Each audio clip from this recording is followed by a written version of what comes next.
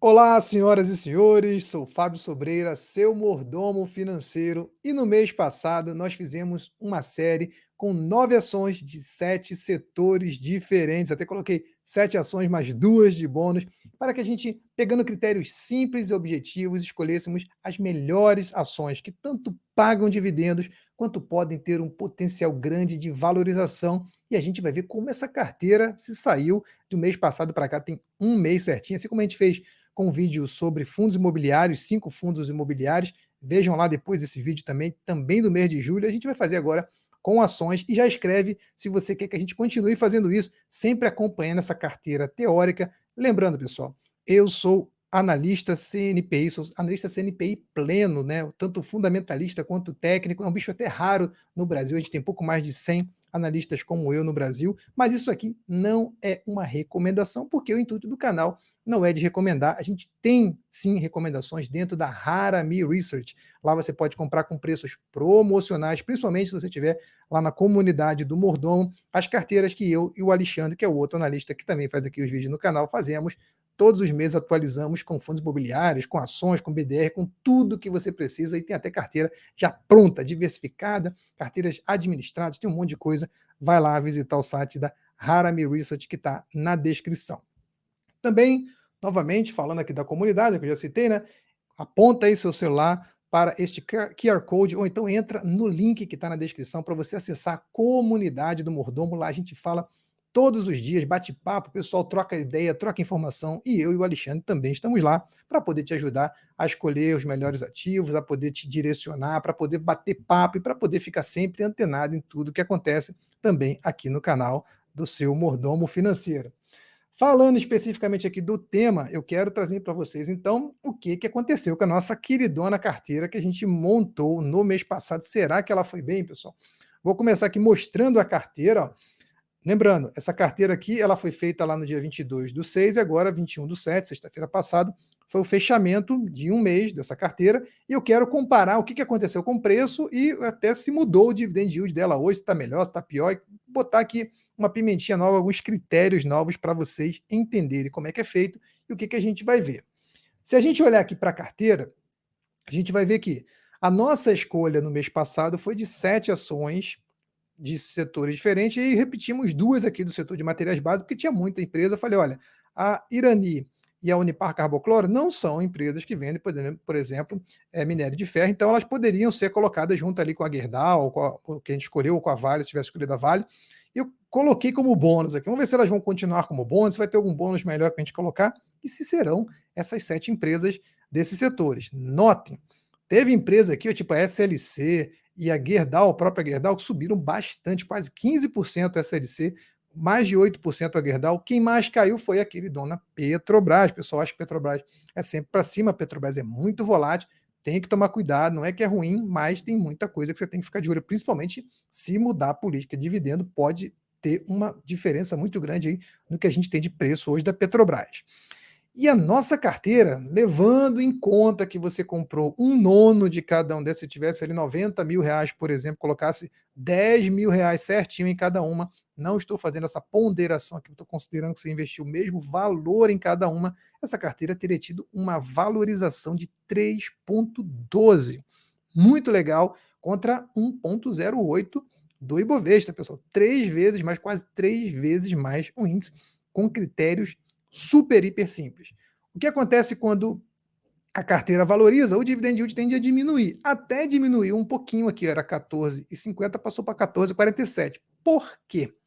As empresas, quando elas sobem seus preços, se o dividendo não mudasse, teoricamente você tinha que estar perdendo dividendo, certo? A empresa ficou mais cara, o dividend yield diminui. Mas elas foram pagando dividendos maiores, algumas, e acabou não acontecendo tudo isso. Principalmente aqui a Semig acabou pagando dividendo, então ela teve uma valorização, ficou vermelha aqui, não sei por que a valorização, botar pretinho, uma valorização de 2,20, mas teve aqui também uma valorização no seu dividend yield, porque ela pagou o dividend no meio do período e esse dividendo dela acabou aumentando o seu dividend yield.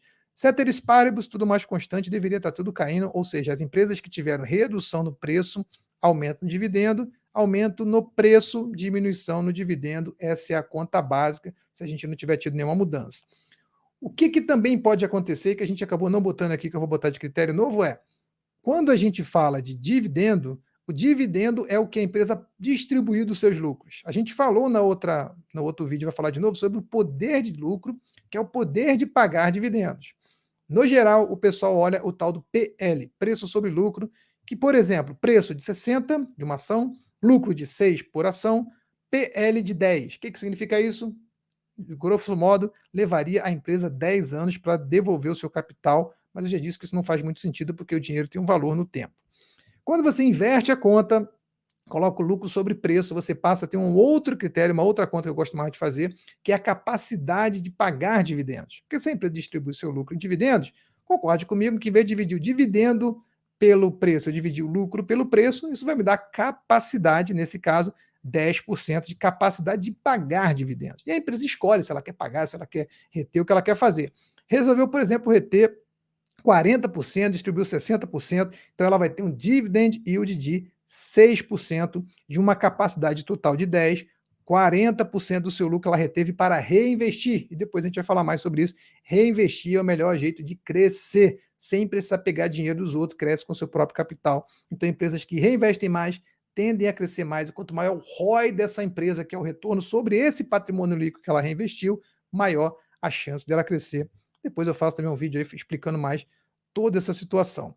O importante é, se eu pegar o lucro por ação de todas essas empresas, que ainda não mudou porque não saiu o balanço novo de lá para cá, vai começar a sair agora, essa semana começa a sair um pouco mais de balanço, inclusive a Vale, Santander vai divulgar essa semana.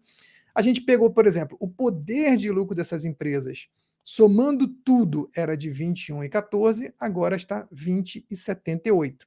E quanto que elas distribuíram de dividendo? O dividend yield dela seria de 14,50, passando agora para 14,47. Então, note, essas empresas estão com uma capacidade de pagar dividendo, no geral, se você pegasse uma carteira ali, no geral, com um nono de cada, 10 mil reais de cada, por exemplo, você teria uma capacidade de ganhar 20,78 ao ano de dividendo, porém essas empresas escolheram pagar 14,47, isso dá mais ou menos 68% de payout. Payout é o quanto que eu resolvi distribuir.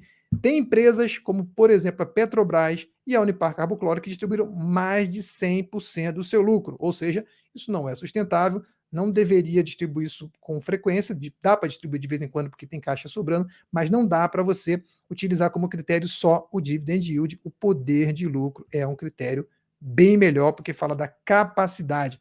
Vejam que tem empresas, por exemplo, como a Kepler Weber, que apesar de distribuir um dividend yield de 10%, 11%, 10,84% agora a capacidade, ela distribui 10,84%, ela tem uma capacidade mais de 3 vezes maior. Se ela quiser distribuir todo o seu lucro em dividendos, ela poderia distribuir 35%. Mesma coisa acontece aqui com o próprio Itaúsa, que está distribuindo 5,89, mas poderia distribuir 14,26. E provavelmente Itaúsa vai acabar saindo aqui, ó, porque um dos nossos critérios é um dividend yield de pelo menos 6%. E ela agora está abaixo, provavelmente ela vai sair daqui. Note, está saindo por um critério, mas pelo critério de poder de pagar dividendos, eu não tiraria Itaúsa, mas se o nosso critério é rígido na pedra, temos que fazer o nosso critério funcionar. E aí, mais uma vez, não é necessariamente o critério que eu usaria, porque eu não gosto de eliminar a empresa pelo dividend yield, mas nós estamos fazendo aqui um critério que muita gente faz, utilizando, por exemplo, o critério do Décio Bazin, que seria pelo menos 6% de dividend yield. Eu prefiro até fazer isso pelo dividend yield médio, mas aqui a gente está fazendo pelo dividend yield atual apenas desse ano como critério. Então faça do jeito que você achar melhor. Voltando aqui ao site do Status Invest, novamente, você pode usar qualquer status. No outro vídeo eu mostrei o Fundamenteio, Fundamentos, o Basta, Investidor 10, a análise de ações. Você tem dezenas, se não centenas de sites hoje, bem legal. Antigamente não tinha muito, agora tem um monte de site bacana para você consultar. Estou consultando o Status Invest para manter o padrão, porque tem muito filtro legal. Já tem aqui até um pré-filtro que eu coloquei aqui do Mordomo, onde eu coloco alguns critérios como um dividend yield de pelo menos 6%, preço sobre lucro, que eu falei lá de 10%, no máximo, que se daria no mínimo um 10% de poder de pagar dividendos. Não gosto de empresa que tem um preço sobre o valor patrimonial muito baixo, significa que ela está muito desvalorizada no mercado e pode ter problema, então eu não gosto. Margem de pelo menos 10% a líquida, que é o lucro sobre a receita, e aí eu quero mais ou menos, pelo menos mais ou menos legal, porque se isso não estiver bom e qualquer variação que tiver na receita, como aconteceu na pandemia que eu citei no outro vídeo, pode acarretar da empresa passar a ter prejuízo. Quando a empresa tem mais margem, ela tem mais margem de manobra, essa é a verdade. Dívida, não quero empresa muito endividada. Coloquei aqui no máximo 1 de dívida líquida sobre patrimônio líquido. Isso aqui também é um critério importante que vai eliminar algumas empresas, como eliminou da outra vez, mas é importante que você tenha algum critério. Eu prefiro fazer a dívida líquida sobre o EBITDA, mas aqui não tem, então eu vou deixar assim e dar alguns erros, então eu vou deixar assim por enquanto. E o ROI é um fator importantíssimo se você quer que a empresa cresça. ROI de menos de 10% seria muito pequeno, a empresa não cresceria e eu não gosto.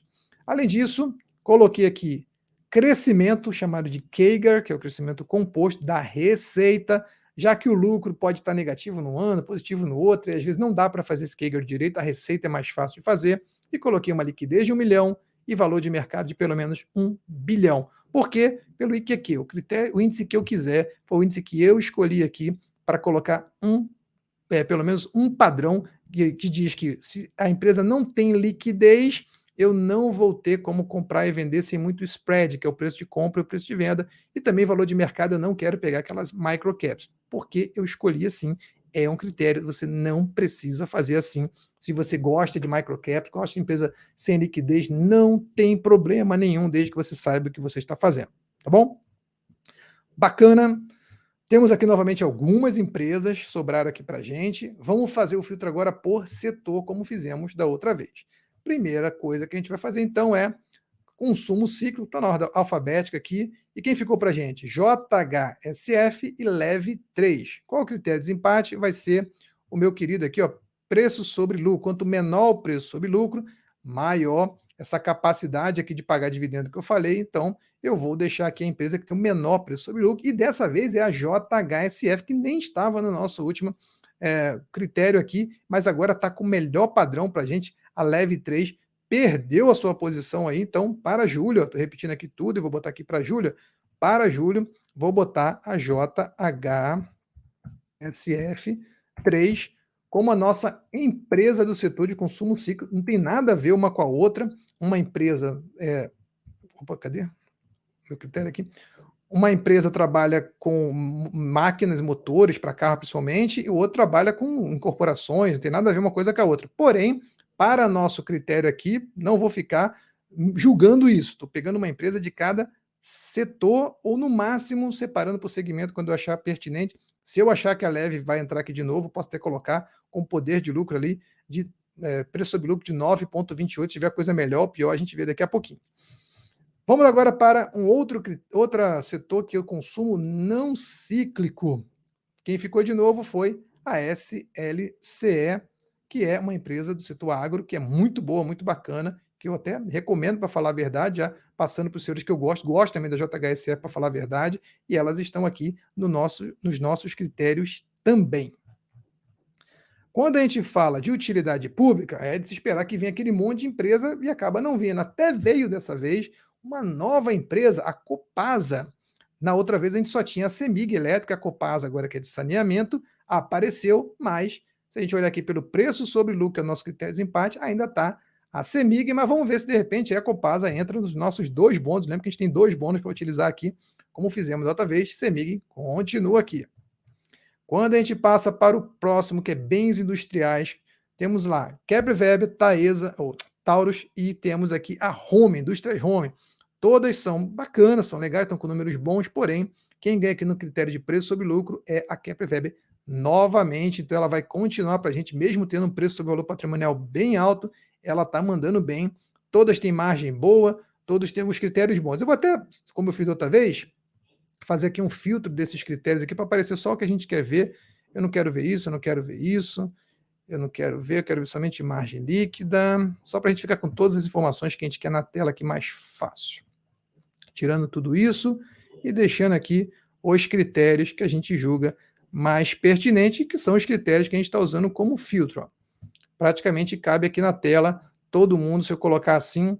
Então vejam, o ROI da Kepler é maior, o crescimento dela é bacana, a liquidez é bacana, valor de mercado ok, então Kepler Weber continua sendo nossa empresa do setor de bens industriais. E agora, materiais básicos. Poxa, de novo materiais básicos aqui dando um banho, novamente aparecendo um monte. Mais uma vez a gente tem aqui Vale e Gerdau muito próximas em preço sobre lucro.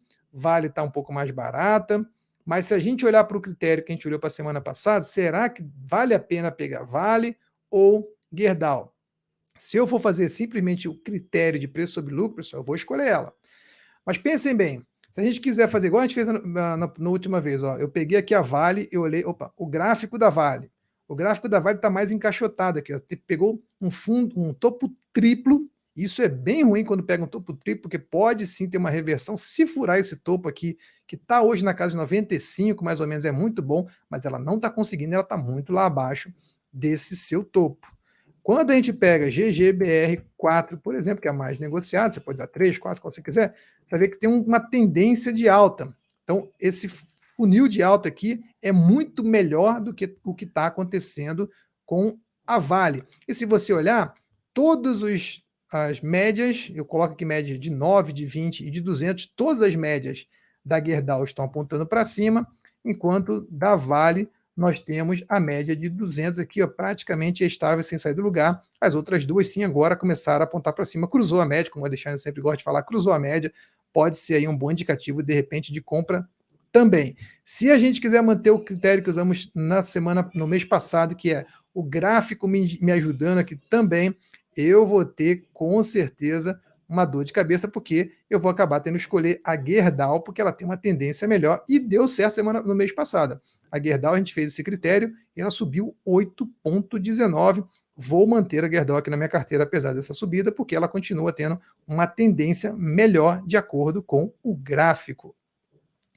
Vamos agora para a nossa próxima empresa, próximo setor, que nesse caso aqui é o setor financeiro, e dessa vez, como eu falei, a Itaúsa sumiu, porque nós vimos que o dividend yield dela ficou abaixo de 6. Então, quem vai ficar agora é a Wiz. A Wiz concorreu com a Itaúsa no último, dessa vez ela vai ganhar o lugar dela. Então, a gente está fazendo aqui uma troca da JHSF, uma troca aqui também, vou até botar um verdinho aqui para a gente poder identificar o que a gente está trocando. E o setor de petróleo, aqui eu estou vendo que temos a querida Petrobras, deixa eu ver se é o próximo que vem aqui, ó. Antes dela tem o setor de tecnologia, que não tem nenhum representante de novo, um setor caro no geral. Setor de saúde também é um setor bem caro, não tem representante. Tem empresa boa, até tem, mas são caras. De petróleo, continuamos tendo apenas a Petrobras. Então a Petrobras vai continuar aqui. Nosso critério, novamente, não é de qualidade, sim de quantidade. E a Petrobras, sim, é uma empresa com excelentes números. Para finalizar, vamos ver se tem mais uma coisa para baixo. Comunicações, mais uma vez, nenhum representante. Quando a gente está olhando aqui, ó, tínhamos aqui a Irani e a Unipar Carbocloro como duas empresas onde a gente colocou aqui como bônus, porque são de setores diferentes, subsetores ou segmentos diferentes da Gerdau, por exemplo, mas a gente viu aqui que algumas empresas que a gente deu uma olhada também tinham critérios bons. Então, quando a gente quer escolher os bônus, a gente pode pegar a Leve, que nesse caso está com preço sobre o de 9,28. A gente viu aqui que nós tínhamos utilidade pública, a Copasa, que está 7,60, ou seja, bem menor, teoricamente uma empresa mais barata, independente de dividend yield é mais baixo. Estou olhando aqui a capacidade de pagar dividendo, que eu gosto muito, e olhamos e vimos que temos aqui as empresas que a gente selecionou da última vez, de materiais básicos, que são a Irani, que está com preço sobre o de 6,83, e a Unipar Carbocloro com 7,08. Podemos manter as duas empresas aqui, ou podemos pegar somente uma dessas empresas e colocar mais uma empresa de utilidade pública, afinal, a utilidade pública é sempre muito legal. E qual das duas eu escolheria aqui? Entre Irani e Unipar, novamente olhando o gráfico aqui, ó. Irani 3. Estou vendo que ó, o gráfico está ótimo, tudo apontando para cima, que bem legal. Talvez a média aqui, ó, a mais curta, que agora deu uma pontadinha para baixo, mas as demais mais longas estão boas. E eu tenho aqui a Unipar Carbocloro, com a média longa apontando para baixo, e as médias, no geral, apontando para baixo.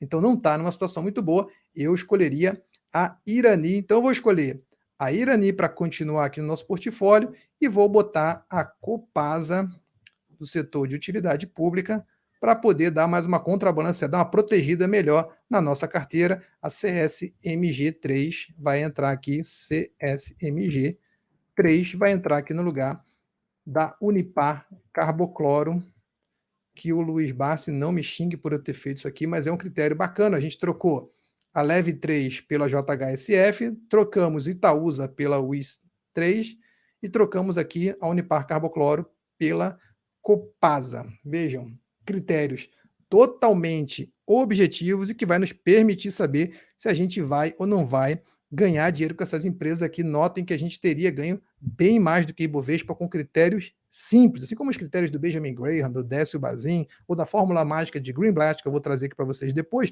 são critérios bem rápidos, simples e objetivos e que permitem fazer boas comparações, trazer ótimas empresas, e eu quero trazer tudo isso aqui para vocês. E eu vou trazendo aos poucos.